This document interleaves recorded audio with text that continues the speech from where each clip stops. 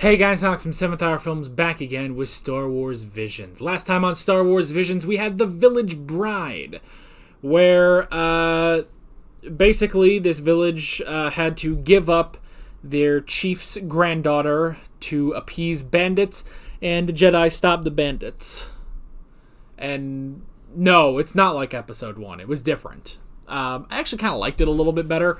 I liked the story. I liked F. Where the first episode was a very classic samurai story. Like there was a bit more to The Village Bride. I think that's just me. I don't know. I guess that was basically that. You know, it's the weird thing about trying to recap these episodes is it doesn't matter because I'm not going to need to know anything from the previous episode to watch this one. You know. Anyway. I'm really sniffly, so let's just, and my voice you can probably hear is starting to go. So let's just go ahead and jump right into this episode of Star Wars Visions. Here we go. Production IG presents The Ninth Jedi. The Ninth. Many generations have passed since the light of the Jedi protected the galaxy. Oh God. Since then, an era of war has arisen, but Margrave Juro, ruler of the planet High Islan, has a plan. I feel like I just started He has X-Men. recently begun mining. He seeks to restore the Jedi by reforging their ancient weapons, lightsabers, which have since been lost to the galaxy. Okay. However, they hatch their own sinister plan to hunt all suspected Jedi and bring forth a new era of Sith rule. Okay. So nothing's changed and everything has changed.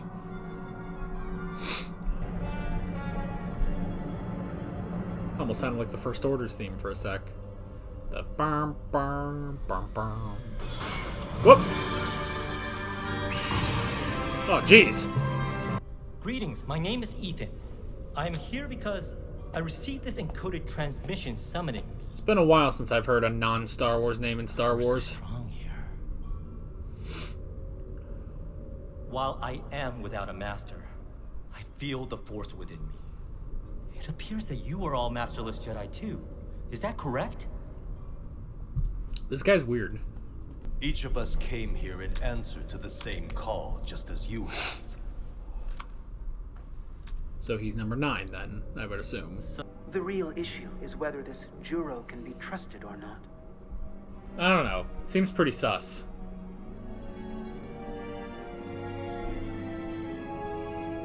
He has a point. He looks pretty sus. Say if Juro...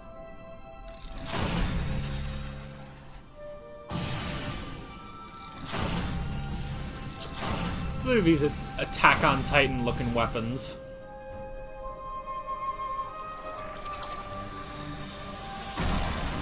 That's freaking crazy, man. They're just pulling stuff out of the sky.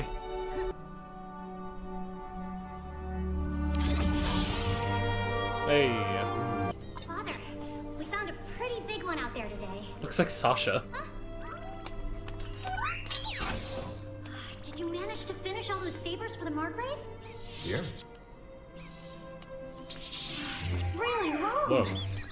Interesting. So you can change the length on this one? Why does it look weird? Actually, I've tempered the kyber crystals on each lightsaber so it reflects the user's connection with the Force. Oh. The color and the length will vary depending on the Jedi using it. Oh, well, I guess my connection to the Force isn't strong enough since the blade doesn't have any real color. Kara, I need you to take these to the temple immediately. Oh, wait, you're not gonna deliver them? No, I'll be too busy looking after our newly arrived visitors. I bet she's number 9. You've grown up so much, Kara. You're all strange. Like this is the last time we'll see each other. It probably is. Are you the sabersmith Lajima?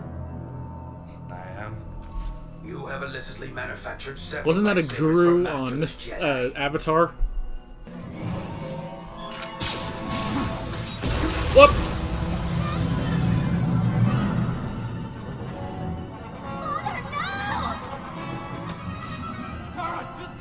Silence! Oh man. Well, I mean, he's still alive. Whoop. Oh! He's gonna use that thing. It's such an interesting design, you know? Being clear because of her connection. But still fully usable. The Force is strong in this child. Is the color getting more defined? Yeah, it's starting to turn a little greener.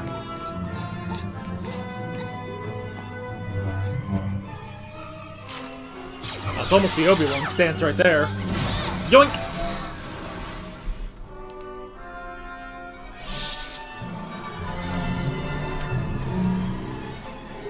And we're off. Please, I don't have any time. Just take this and get me to the temple. I might as well. Come on, then. Brain, okay. Hurry up! Duh. Something doesn't feel right. I don't think we have a choice. We'll have to wait for the Margrave to arrive. Ah! That color. That's their connection. You're all... I have been here the entire time. It's the Margrave. How pathetic, Juro. You would disguise yourself as a droid to spy on us? We are acolytes of the Sith and sworn to the dark side. Ah, dang it. We are here to now die, Juro. Whoop. Hey, okay, well, he is good. You know what? I said he looks sus. That's on me. I'm sorry. Our hunters have taken your father to a distant star system where you'll never see him again. Why? And any attempt to rescue him will result in failure. Why, though? And at least he's good. Ugh!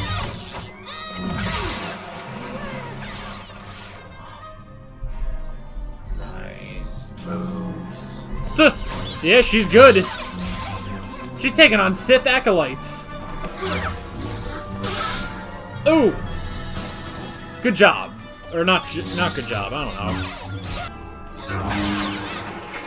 It's such an interesting, clear lightsaber, you know?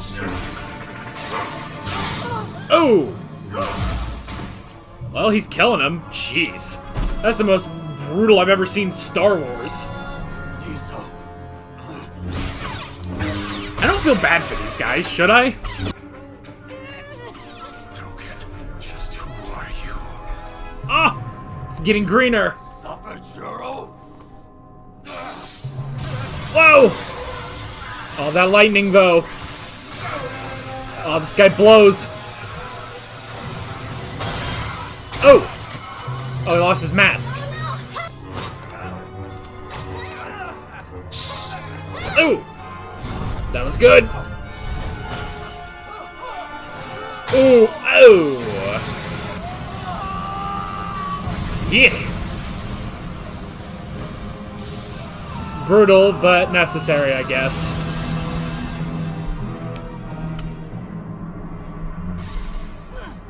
Oh yeah, there's still Ethan. Oh, that dude's got purple. What the hell? We both know this isn't you, Omen. Yeah, by the fact that your blade is purple. I apologize. I became consumed by the other's darkness. It's okay, man. A number of Jedi who answered my call were killed, and Sith were sent in their place. Ah. So I hid myself. You summoned me all the way out here, but in the end, I'm afraid I was not strong enough to defeat them. Don't worry. It's alright. You survived the fight, young Ethan. You've got some work to do. What about the other Jedi? I sense them.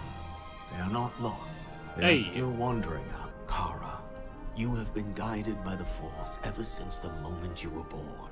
Come and follow me. Help us restore peace to the galaxy and take your place as the Ninth Jedi so we can Yeah. reestablish the Jedi Order.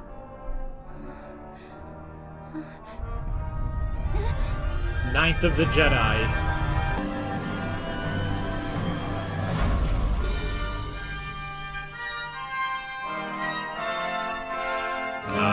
Looks like a lightsaber.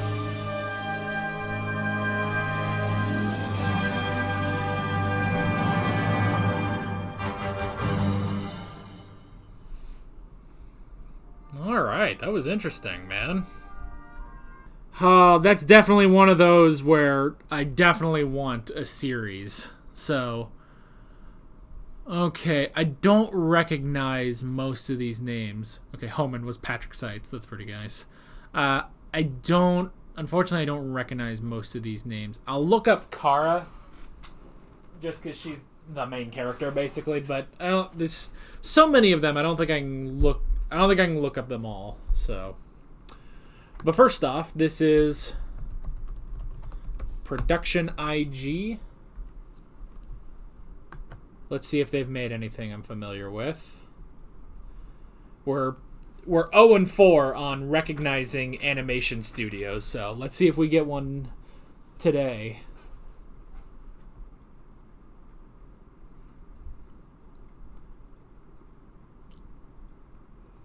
Well, they did Attack on Titan Junior High, which I haven't seen, but I'm going to. I'm going to react to that once I finish normal Attack on Titan. So that's a start.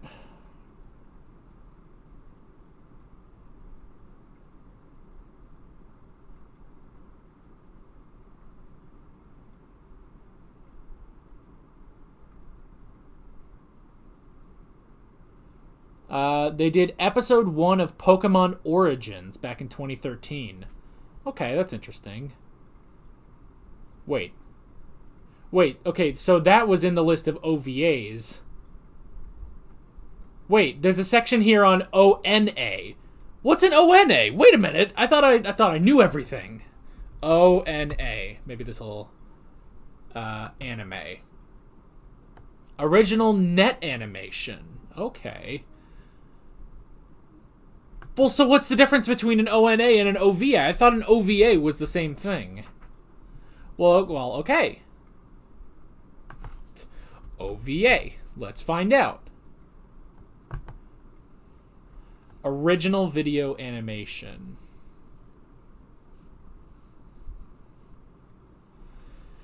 Japanese animated films and series made specifically for release in home video formats without prior showings on television or in theaters.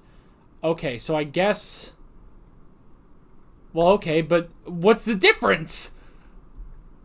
What is the difference between an OVA and an ONA? Oh, they also worked on the sort of like the... What is it? The prequel short to Star Fox Zero? I recognize that. Okay.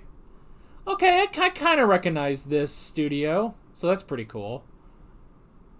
I'm currently going through their movies now. They've done a lot of stuff, actually.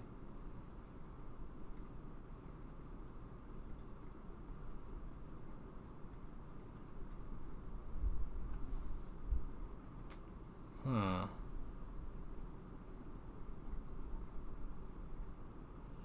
Okay. Oh. Kid Icarus Uprising, Thanatos Rising shorts. Oh, yeah, I remember those. Oh, man. Okay, so, hey, I recognize this company for once. Hooray!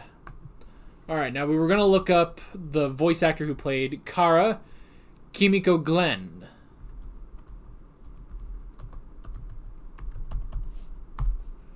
Let's see what we got. What did I tell? Oh, I misspelled that, my bad. Okay, Kimiko Glenn. Let's see if she's been anything I recognize.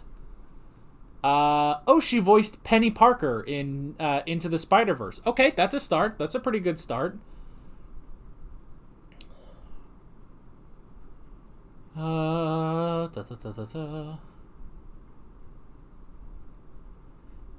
that looks like it's it. Oh, that looks like the only thing I recognize. Although apparently on another TV movie she played a character named Kara. Well, that's funny. Yeah, okay, that seems to be the only thing I really recognize her for is Into the Spider-Verse, but that's still pretty good. So, hey, she had a good voice in this, so yeah. Okay. I'm going to put this away. Okay, let's talk this episode. Well, it was a good episode. I really enjoyed that, actually. Again, it's one of those, I want a spin-off, you know? And honestly, you could kind of fit this in, couldn't you? I feel like you could fit this into the Star Wars universe without too much trouble. You know, just say it's, you know, whatever, hundreds of years after the Rise of Skywalker. You could just do that. But yeah, so in this world there are no more Jedi, but Margrave Juro wants to restore the Jedi, but then he's being hunted by the Sith, who then infiltrate as they infiltrate as Jedi. Actually, I do want to look up Ethan. His voice sounded a bit familiar too, so. Okay, so Masioka. Alright. Kind of looks familiar.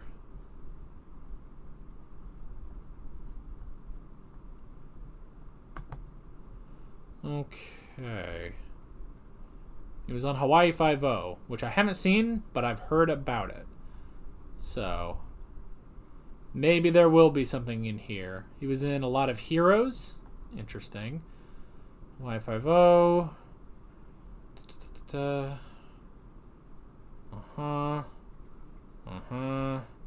Getting less and less. Nope. Okay, I don't really recognize him from anything else, but I think I've seen him in like commercials for some of these shows. So, okay, interesting. Very, very interesting. But yeah, he played Ethan. And back that goes.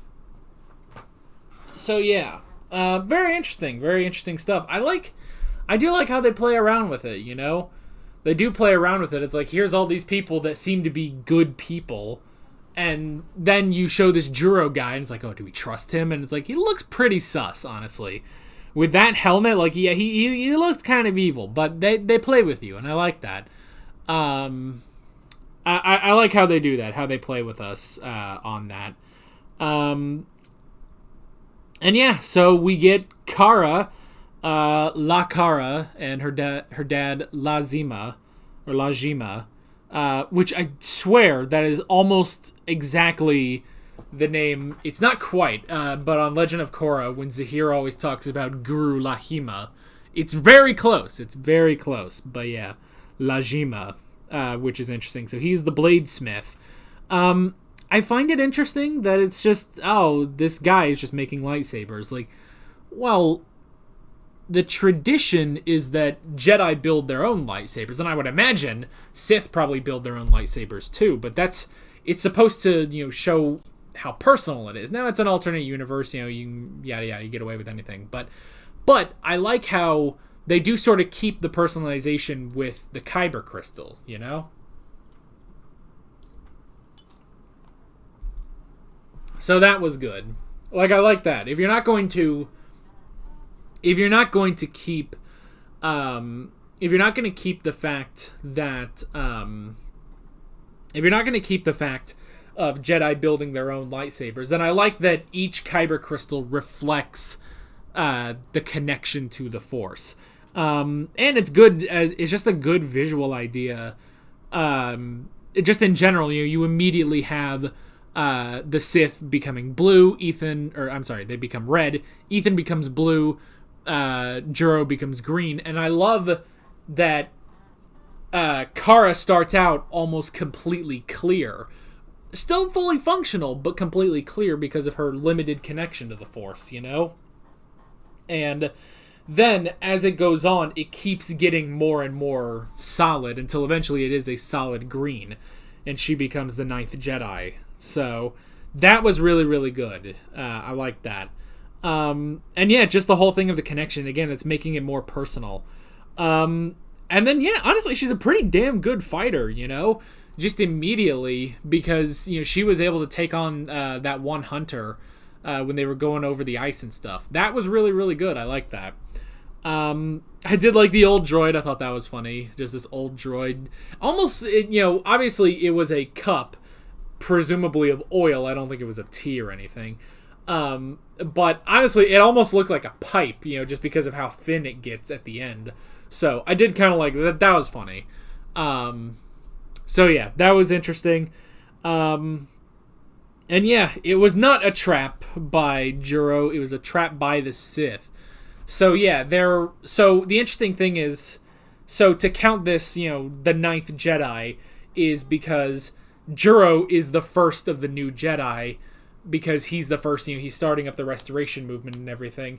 And then he finds 7 others who could be Jedi. 6 of them are gone and, replaced by Sith. And then Kara is now number 9, which is interesting. So I like that. But yeah, just this whole twist was actually really, really good. I did really like that, And honestly, because when Kara says, like, well, I've known the Margrave since I was a baby. So, like, that was a good way of doing that. Because, yeah, until that point, you are really suspicious about Juro and everything. Like, it seems like, oh, maybe he's, setting them up for a trap. But, nope. They were setting him up, but he didn't fall for it. In fact, they fell for his counter trap, basically.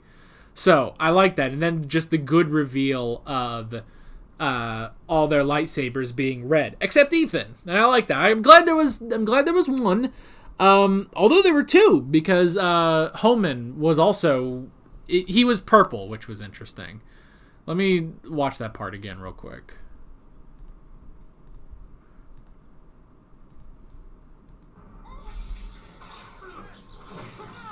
Enough. We both know this isn't you.